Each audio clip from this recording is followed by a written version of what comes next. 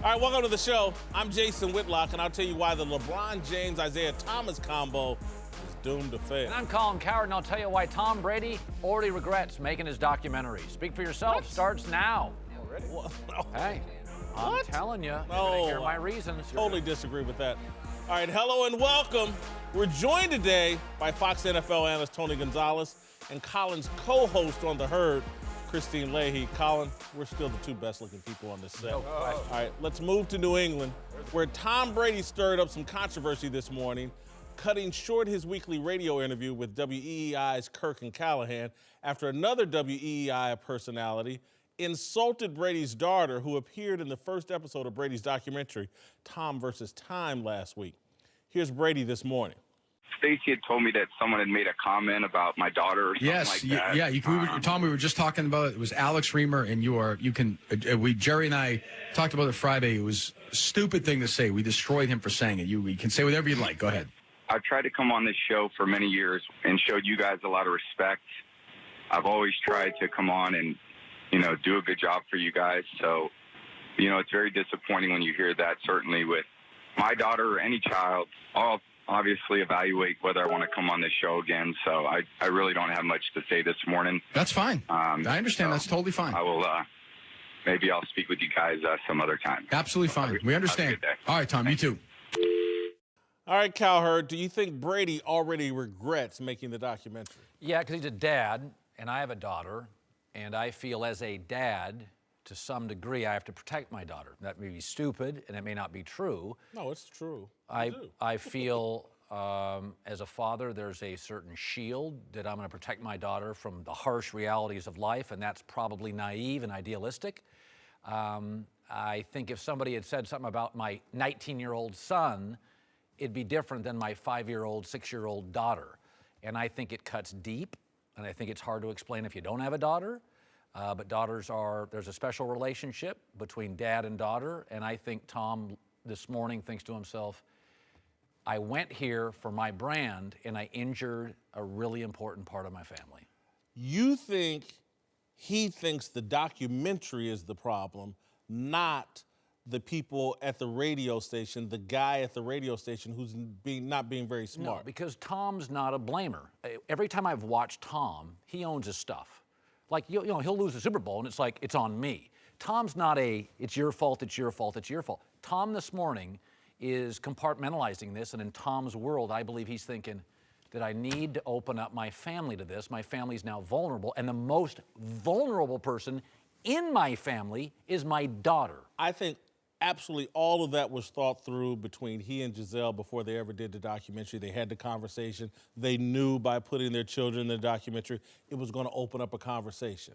And so if someone nationally, someone away from Boston, someone that he wasn't doing a favor for had made these comments, I think he called us annoying pissant or whatever. I think if someone away from WEEI had done this, Tom would have just blown it off and kept it moving. But he's actually doing WEEI, and the kid that made the comment is actually on the show quite often that Tom appears on Monday. And so he's just not expecting this. And so I don't think he blames the documentary. I think he's like, this kid's incredibly stupid, and the radio station's incredibly stupid. You got the greatest athlete of all time, potentially, doing you a favor, coming on your network, and you let someone take this shot? I don't blame him. I don't think it's about the documentary. I think it's about the stupidity of Alex Reamer, who did it, and for some reason, for WEEI not making it crystal clear. You can talk about this documentary, but don't bring his kids into it. Well, I think he's contractually obligated to do that hit on the radio with them once a week, but obviously now he has a reason to maybe go back and renegotiate it. Reality television, you do open yourself up to some criticism, especially with your family, if your family is on it, but this is a docu-series. It's not reality television. So I don't blame him at all, and I don't think he should take any of the blame. Tom Brady. It's not his fault for putting together this docu-series. He never imagined that someone was going to look at his daughter in this way. It wasn't like she was the focus of it, like a Kardashian series. And regardless if it was reality TV or the docu-series, I don't think it's ever appropriate for someone to go on TV and call a child a pissant, especially if you know Tom Brady comes on your air once a week. Yeah, I agree with what you guys are all saying. But I think if I ever was put in that situation, you have to understand that people are going to take shots. That's just the nature of who people are. I mean, there's haters out there, as we call them. So for Tom to get that upset, I think he's just sending a point. I think he's just making a point, just for your reasons right there. Hey, you guys mess with me, this was going to happen. If it happens again, I probably won't ever come back and do this. I don't care how much money you pay me or you can sue me for whatever you want. But he has to understand, and if he doesn't, he understands now, and that's where a little bit of regret might come in. But I got a feeling that they weighed that out before they signed the dotted line, that you're going to open your life up, and people are going to see stuff, and people are going to talk. That's why I don't read my Twitter account. I don't care what people say. You can talk all the trash you want. Guess what? I won't know, because I don't want to hear about it. It is possible. You know, he doesn't need the money to do this radio. No. I mean, it's pretty obvious. It may be an opportunity for Tom to do a clean break and let Julian Edelman do it?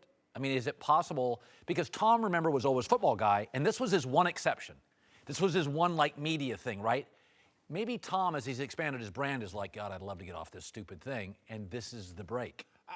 Only thing, when I heard Tom's comments in full there, I think he's just drawing a line in the sand. I don't think he wants to walk away from this because I think he obviously feels like he gets some value out of it. You talked last week or the week before about setting the tone for the entire team. I think he gets some value out of it, and I don't mean this in any way a negative. I think it's actually a positive. I think his wife was like, today we're not messing with these guys. I guarantee you his wife is more upset than anybody, and he had no choice but to step away today. And again, that's not her dictating or being a mean-spirited person telling him what to do. I think it's an appropriate level of anger, and she told him, you know, we got to do something to push back against these guys, and he did. Elsewhere in New England, some people are starting to worry about Rob Gronkowski. The tight end practiced for the second straight day. Okay, that was Sunday, but he remains in concussion protocol, and his status for Sunday is uncertain. Let's all remember, though, New England won it last year without Gronk. Is it possible, Whitlock, he's actually an overrated commodity? No, I don't think he's remotely overrated. He's an injured commodity, but overrated, no dice. Rob Gronkowski individually. Look, their winning percentage drops when he's not there. Their points per game drop when he's not there. He's valuable, Rob Gronkowski. What I do think this proves, and Tony, close your ears, the tight end position is overrated in football. There's one tight end in the Hall of Fame who has a Super Bowl ring. And when Tony gets there won't be two. There'll still only be one, and it's Shannon Sharp. And so I think the tight end position, a bit overrated. You know what I think it is? I think the greater the system, a little Kawhi Leonard, the greater the system, the less valuable the individual. If this team wasn't as well coached, like the Spurs and Popovich, Kawhi would be much more valuable if the Spurs were coached by a mediocre coach. When the system is great, it's like a business. The greater the business, the less valuable the individual employee. You know, I was joking before the show. I said it's like the baked potato at a great steakhouse. If they told you no baked potatoes tonight, you wouldn't walk out. Now the place is, and I love a good baked potato. We've had steak dinner. You know I love it. Baked potato? And I think there's value to him, but I think they are so well coached and the system is so strong that they have proven, good God, Brady missed a month and they won 3 of 4. So there's value to him, and I think in the red zone, he is a matchup nightmare. But they win without him.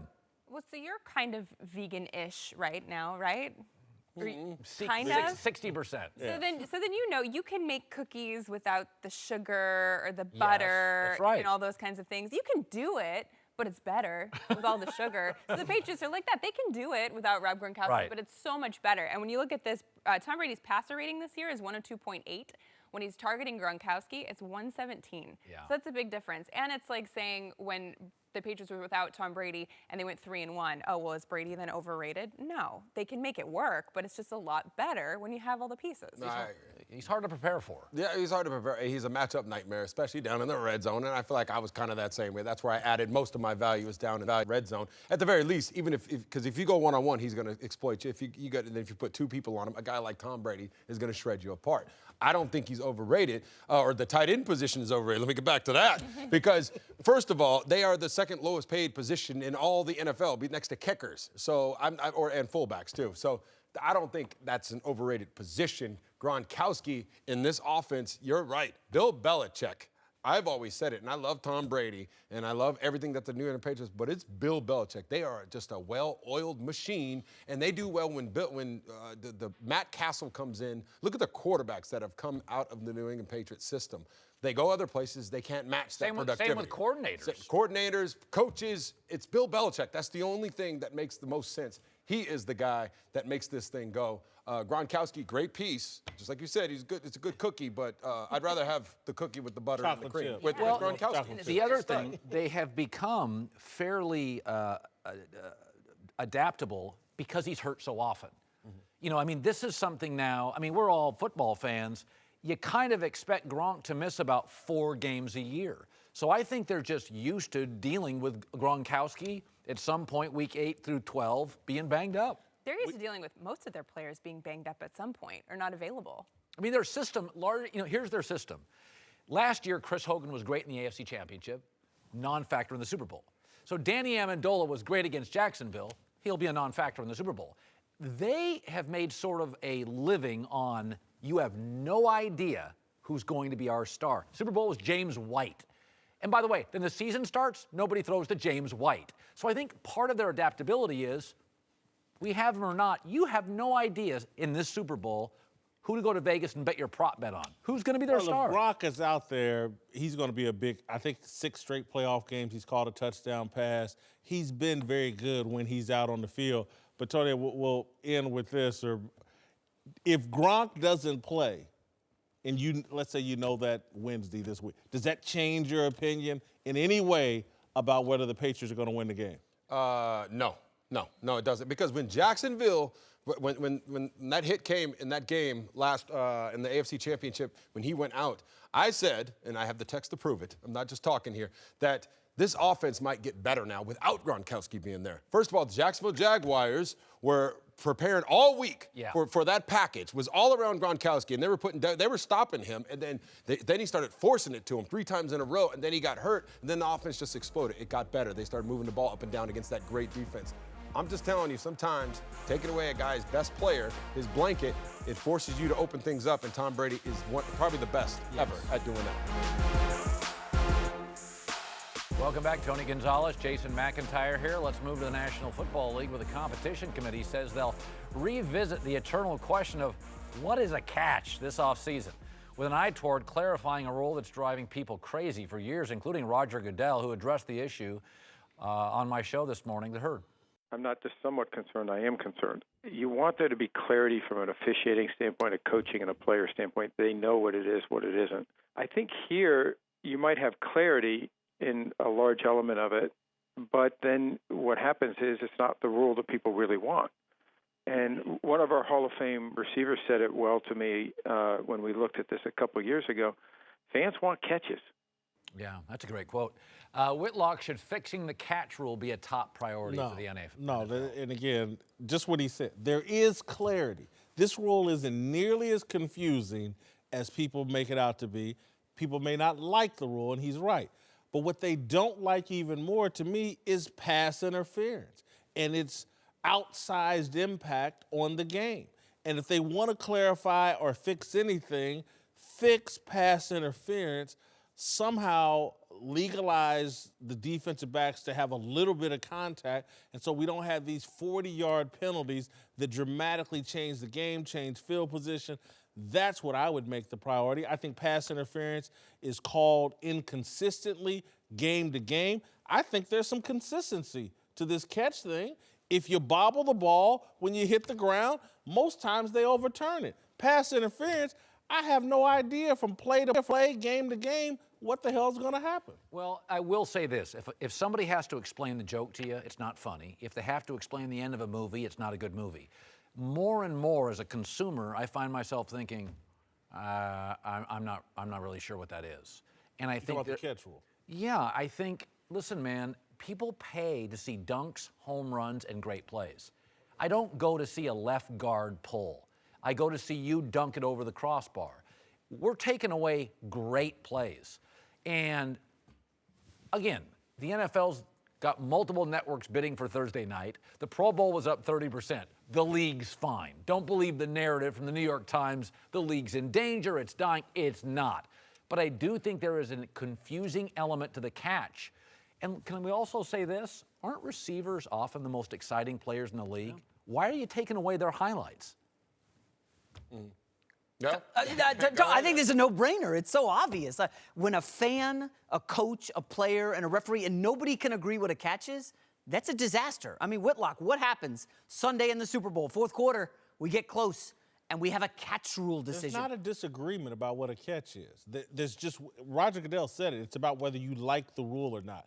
Can the ground cause an incompletion? People don't like the rule, I get that. I don't think there's a lot of disagreement. No, I think they should adjust the rule. You're right, there's clarity, and I think it's easy to define. Like that catch that Jesse James made right there, that was easy to me. When I saw the replay, I told you I was in the studio with the referee, works for Fox, Dean Blandino, and he was like right away, and I was like, you're absolutely right. That is not a catch according to the rule. Pretty easy, cut and dry. And I agree with you. Why can't they? You know how many people are on that competition committee? They could address pass interference. They got plenty of time to adjust both of them. But I do think the catch rule should be in favor. If there's any doubt, it should be a catch. People want to see points. I know the defensive backs, you talked about them getting called for holding, but that's what the league wants. We want points. It makes it more exciting, and that's just the way it is. Watch this. I'm going to do this on set. This is a mint, right? Okay, it's a mint, all right? I'm going to toss this to Tony Gonzalez. Now, watch this. Is that a catch? Of course. Oh. So if Tony simply catches it, it's a catch. But in the NFL, that's not a catch. Because if Tony actually went to put this in his mouth and it dropped out before it got to his mouth, it wouldn't be a catch. It wouldn't be. It would be worthless, and it shouldn't be taken away. That is the greatest mint example in the history of television. The point of the mint is to put it in your mouth. That was a catch.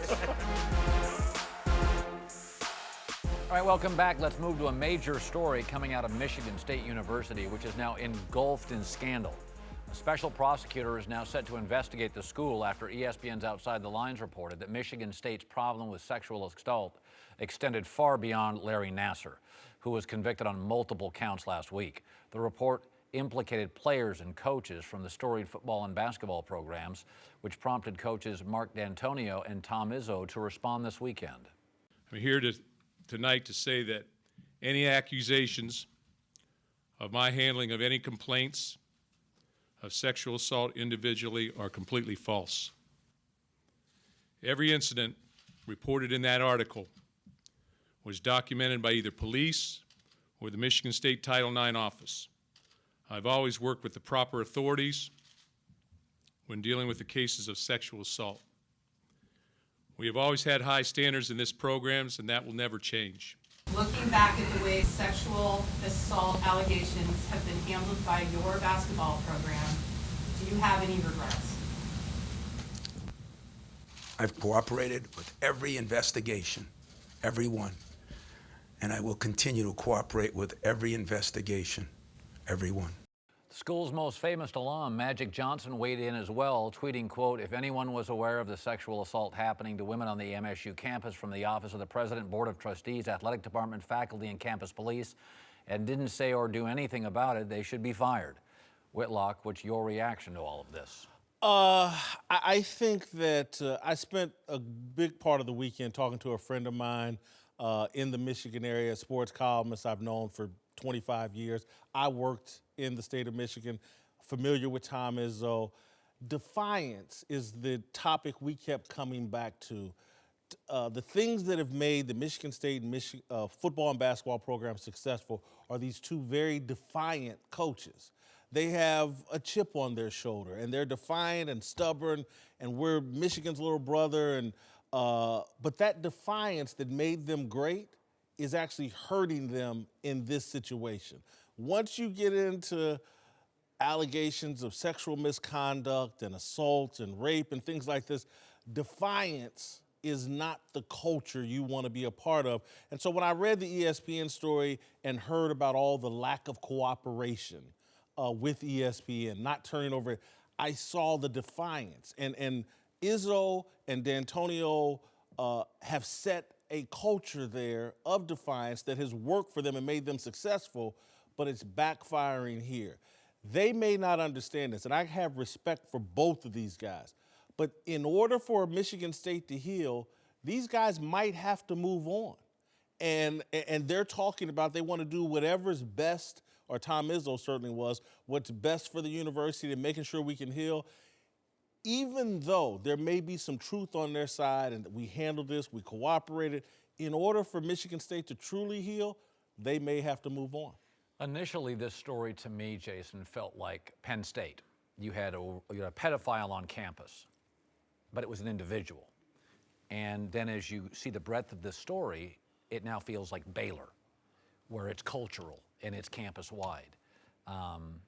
I've always been very suspicious when there's trouble on a campus in an athletic department for some 20 years. Because and nobody hears about it and nobody knows anything. I used to work in college in an athletic department. Everybody knows everybody's business. And in a town like Waco or State College or East Lansing, that university is the centerpiece of the town. Much of the town went there. If Larry Nassar was there for 20 years, am I supposed to believe there weren't suspicions, there weren't stories, that this caught everybody by surprise, there were no cover-ups? You know, I don't want to be overly cynical, but I can't buy that. I didn't buy it with Sandusky, I didn't buy it with Waco, and I don't buy it now. Here's where I think Tom Izzo and Mark D'Antonio, where they're troubled by this conversation, and there's a little bit of legitimacy. Larry Nassar wasn't in their universe on that campus. And there was a gymnastics coach. Again, we're going to demonize Izzo and Mark D'Antonio, but the gymnastics coach, if you really follow this story, that is the person that you almost read the story, you go, oh my God, why aren't they in jail? Because the athletes, the gymnastics athletes, were going to the coach repeatedly, and the coach was sending them back to Larry Nassar.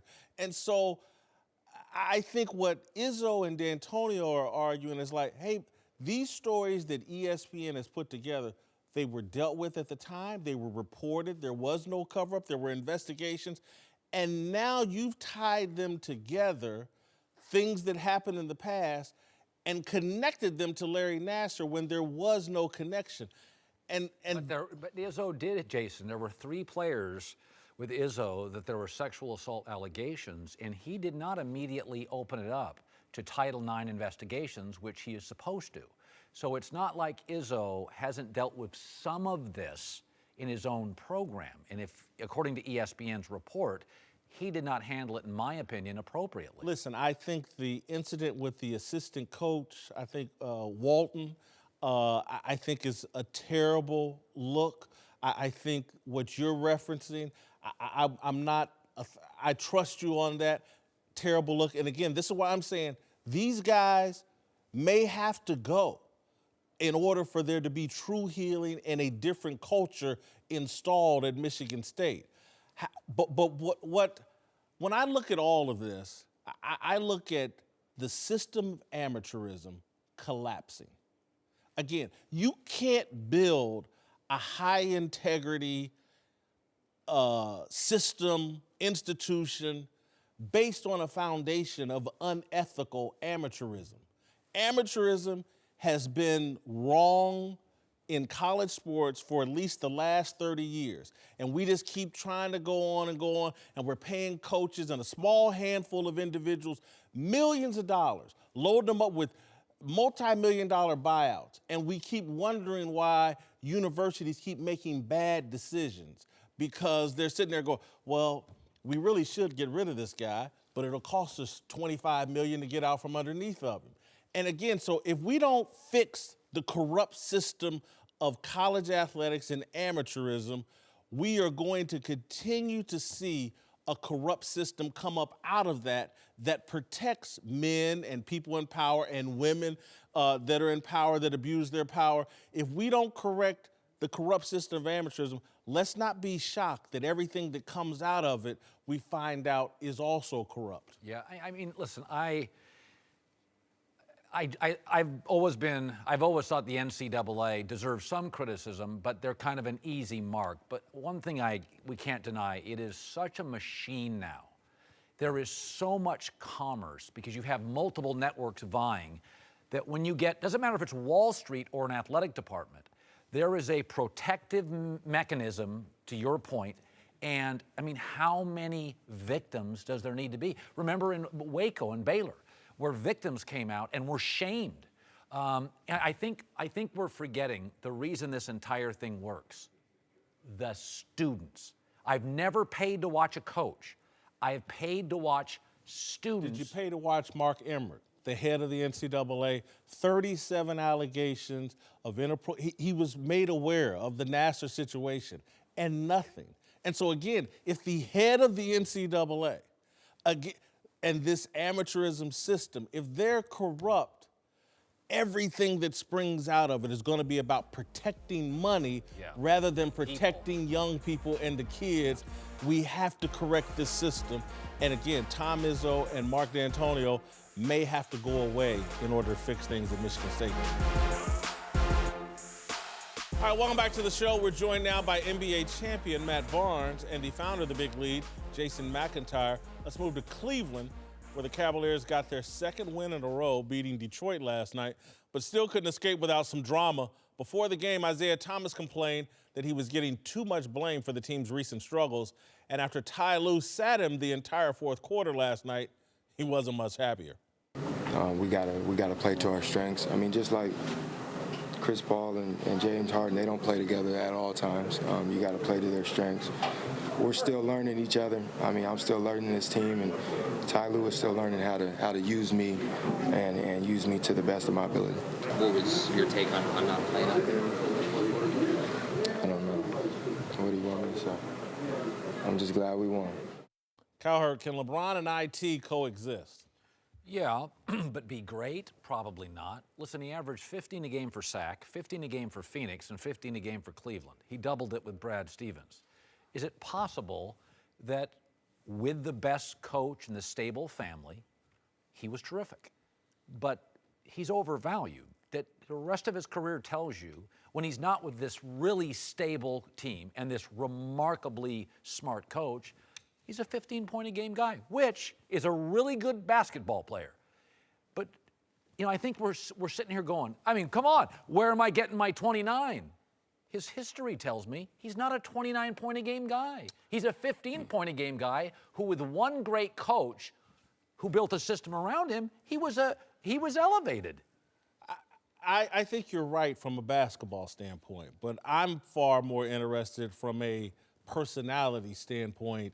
He and LeBron James, both high-maintenance guys. LeBron's passive-aggressive. IT seems very sensitive. Yeah. I'm shouldering too much blame. He's been whining and crying about everything. Love the little fella, but he's a little sensitive. He's playing a big man's game. It'll make you insecure. So I just don't. It's just not a good recipe. What you talked about, yeah, he excelled in Boston. They had a stable environment, supportive, well coached. And you come to Cleveland, it's an unstable environment, and you got a coach that's on the job, learning how to be a great NBA coach.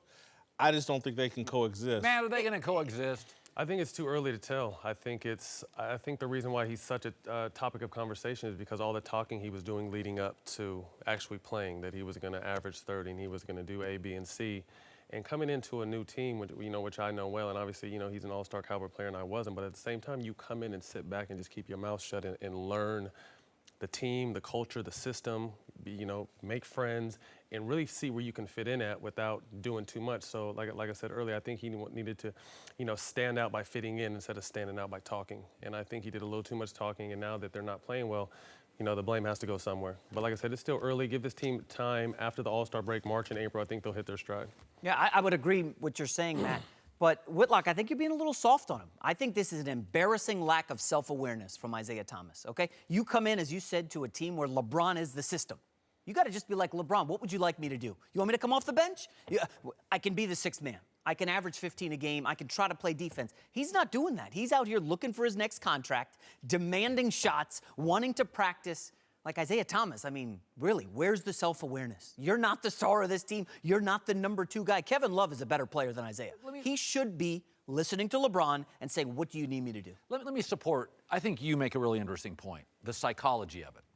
He's the last guy drafted. He's 5'8". It's a big man's game. Isaiah Thomas's life, he's been told, come on, bro. You have a cute game. So the kid has a natural inclination toward, he's defensive.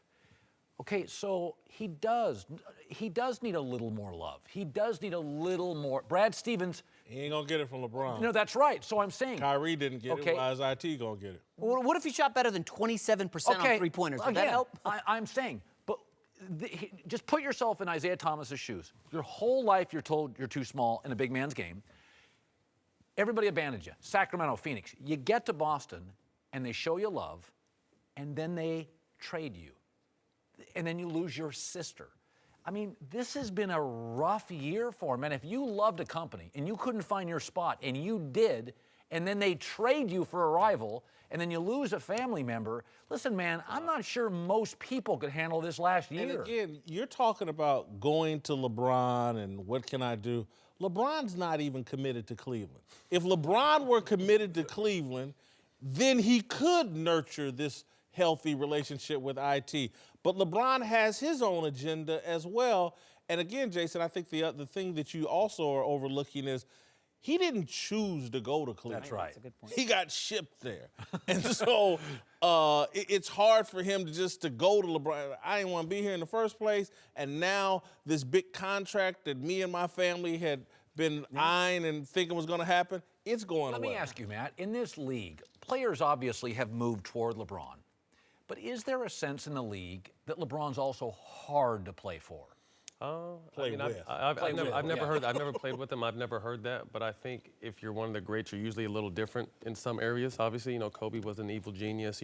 Great players are a little different. You know what I mean? But at the same time, I think the key to Cleveland is LeBron's going to have to pull him to the side and talk to him and sit him down. And then LeBron also has to do the same thing to Jeff Green, because Jeff Green's one of the most talented players I've ever been around, seen. But he needs a kick in the butt sometimes. You know what I mean? So I think those two guys, if he can get those two guys and get through to those two guys, they're going to have a chance to win the East. Matt, don't you think part of it is, hey, Isaiah, we need a sixth man. We need a young guy with energy coming off the oldest bench in the league. Turn into Manu Ginobili. Turn into Jamal Crawford. I mean, that makes sense. And for Isaiah Thomas to be like, no thanks, I'm not coming off the bench. I want somebody to show me where LeBron's doing this with anybody. Well, he's the leader of the team. No. This year, though. I think in previous years when he was more committed, but this year all the conversation's been about the Lakers, where he's going next. Can this team really win a championship? I just don't see LeBron reaching out to IT. Again, it's like why Kyrie Irving left. If he had nurtured Kyrie Irving the right way, Kyrie would still be there and they'd have a shot.